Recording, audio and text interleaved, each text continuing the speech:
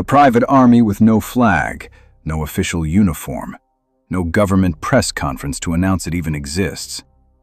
And yet, for a decade, it fought Russia's wars in the shadows, from the ruins of Syria to the gold mines of Africa to the trenches of Ukraine. This is the story of the Wagner Group, the mercenary force that grew so powerful it marched on Moscow itself. And the story of how the man who built it paid for that mutiny with his life. In 2014, Russia annexed Crimea and war broke out in eastern Ukraine's Donbas region. Moscow needed soldiers on the ground, but it also needed to deny they were ever there. The solution came from a former GRU Special Forces officer named Dmitry Utkin. His radio call sign was Wagner, after Hitler's favorite composer, a signal of his own far-right sympathies. That call sign became the name of the company he built.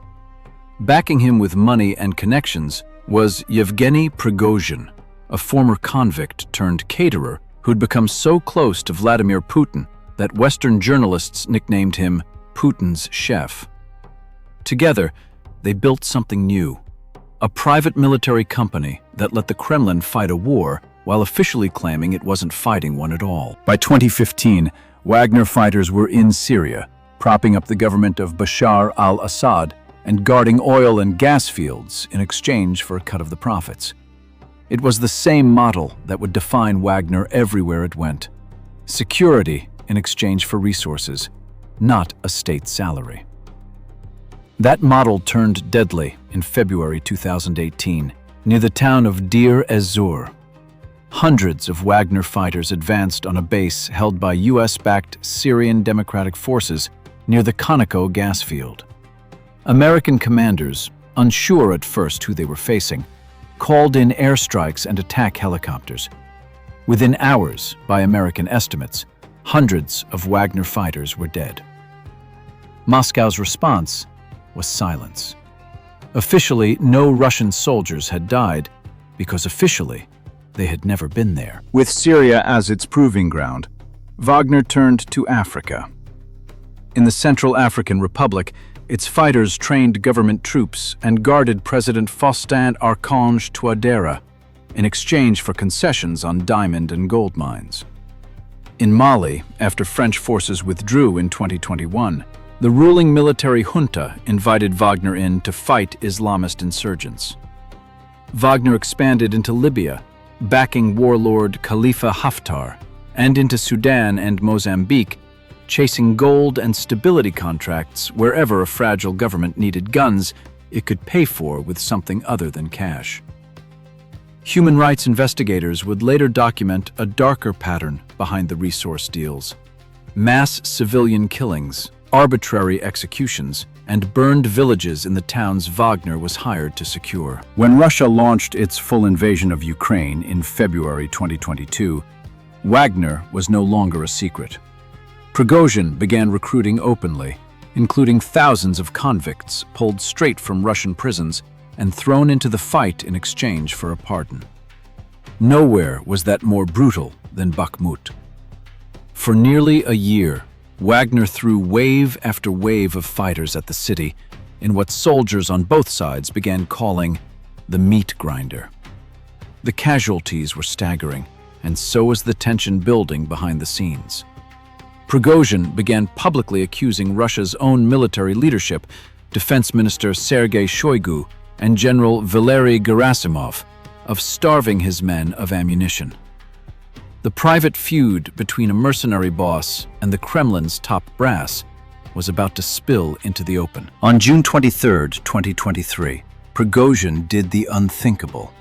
He accused the Russian military of attacking his own men, seized the southern city of Rostov-on-Don, home to Russia's military command for the Ukraine war, and sent an armored column racing toward Moscow.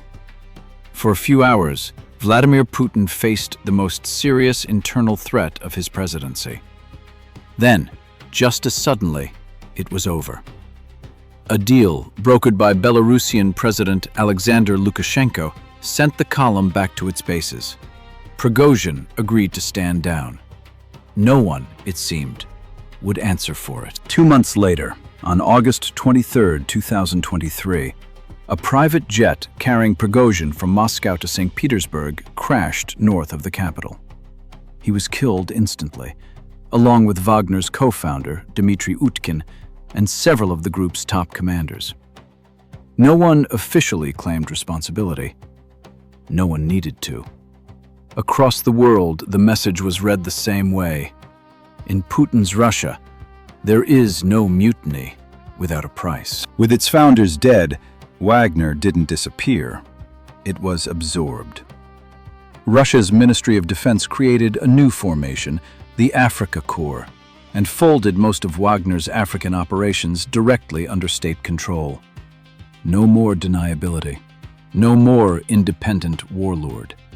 Just a mercenary army now wearing the Kremlin's uniform openly. By 2026, Africa Corps forces were active across Burkina Faso, Mali, Niger, and Libya.